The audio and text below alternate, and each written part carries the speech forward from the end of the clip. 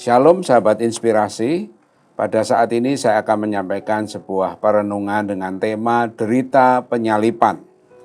Dan untuk itu mari kita akan membaca dalam Yohanes pasal 19 ayat 31 sampai dengan 33. Firman Tuhan berkata demikian, karena hari itu hari persiapan dan supaya ada pada hari Sabat, mayat-mayat tidak tinggal tergantung pada kayu salib. Sebab Sabat itu adalah hari yang besar, maka datanglah orang-orang Yahudi kepada Pilatus dan meminta kepadanya supaya kaki orang-orang itu dipatahkan dan mayat-mayatnya diturunkan. Maka datanglah prajurit-prajurit lalu mematahkan kaki orang yang pertama dan kaki orang yang lain yang disalibkan bersama-sama dengan Yesus. Tetapi ketika mereka sampai kepada Yesus dan melihat bahwa ia telah mati, mereka tidak mematahkan kakinya. Saudaraku, orang yang disalibkan mengalami penderitaan yang teramat sangat yang datang dari berbagai faktor. Pertama, karena luka yang dialaminya. Dikenal ada dua cara untuk menyalibkan seseorang, yaitu dengan diikat memakai tali dan dipakukan. Yesus mengalami cara penyalipan yang kedua yang sangat mengerikan. Itu ditulis dalam Yohanes 20 ayat 25. Dan mungkin diikat juga. Kedua adalah faktor posisi tubuh yang sangat tidak nyaman karena dalam posisi yang tergantung. Sedikit saja terjadi pergerakan maka akan menimbulkan sakit yang bukan alang kepalang. Ketiga, demam yang terjadi karena penggantungan tubuh yang lama. Secara medis, apa yang membuat Yesus meninggal? Dewasa ini studi medis telah dapat menjawab pertanyaan ini. Jika seseorang digantung dengan kedua tangannya terangkat ke atas, maka darahnya akan dengan cepat mengalir turun ke bagian bawah tubuhnya, antara 6 sampai 12 menit. Tekanan darahnya akan turun menjadi separuhnya, sementara denyut jantungnya akan meningkat 2 kali lipat. Jantung akan kekurangan darah dan segera diikuti dengan pingsan. Keadaan ini akan memicu kematian karena gagal jantung.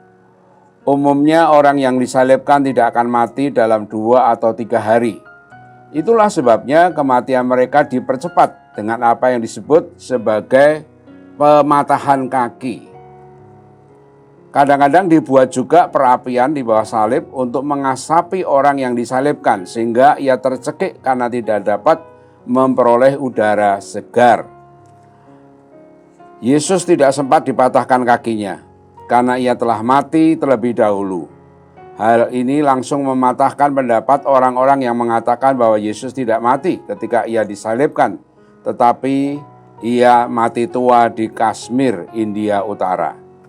Yesus mati setelah beberapa jam disalibkan karena ia sudah kehabisan darah karena penyiksaan yang dilakukan kepadanya. Fakta bahwa tulang kakinya tidak dipatahkan sungguh merupakan suatu peneguhan atas nubuatan yang diberikan Musa melalui perayaan Paskah yang terjadi kurang lebih 1400 tahun sebelum Yesus datang ke dunia ini. Fakta ini juga menggenapi nubuatan yang disampaikan oleh Raja Daud kurang lebih 1000 tahun sebelum Yesus dilahirkan. Semua fakta ini hendaknya dapat menguatkan iman kita bahwa Yesus benar-benar mati. Dan lebih jauh lagi, ia juga benar-benar telah bangkit dari kematiannya. Jika ia tidak mati, para rasul tentunya tidak dapat mengatakan bahwa ia telah dibangkitkan.